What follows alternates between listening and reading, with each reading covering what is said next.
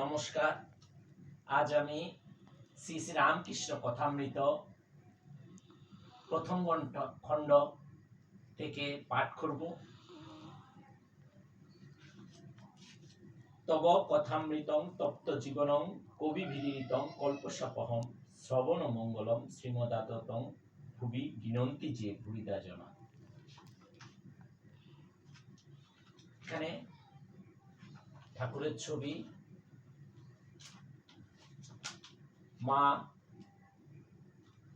দক্ষিণেশ্বরের ভবতারিণী, দক্ষিণেশ্বরের ভবতারিণী মন্দির। ঠাকুর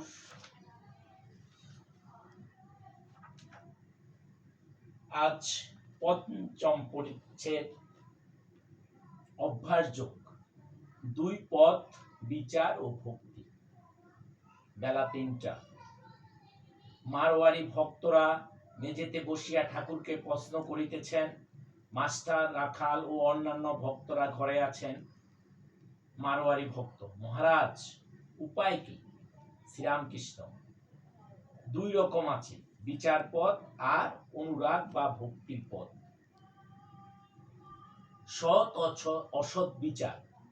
একমাত্র সৎ বা নিত্য বস্তু ঈশ্বর, আর সমস্ত অসৎ বা অনিত্য।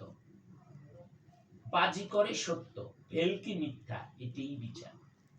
বিবেক আর বৈরাগ্য, এই সৎ অসৎ বিচারের নাম বিবেক। বৈরাগ্য অর্থাৎ সংসার দ্রব্যের উপর বিরক্তি। এটি একবারে হয় না, রোজ অভ্যাস করতে হয়। কামিনী কাঞ্চন আগে মনে ত্যাগ করতে হয়, তারপর তার ইচ্ছা মনের ত্যাগও করতে হয়, বাহিরের ত্যাগও করতে হয়। কলকাতার লোকদের বলবার জো নাই, ঈশ্বরের জন্য সব ত্যাগ করো, বলতে হয় মনে ত্যাগ করো। অভ্যাস যোগের দ্বারা কামিনী কাঞ্চনে আসক্তি ত্যাগ করা যায়, গীতায়ও এই কথা আছে।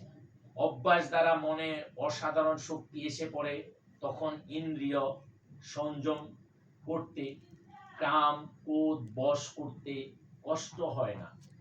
যেমন কচ্ছপ হাত পা টেনে নিলে আর বাহির করে না, কুড়ুল দিয়ে চারখানা করে কাটলে আর বাহির করে না।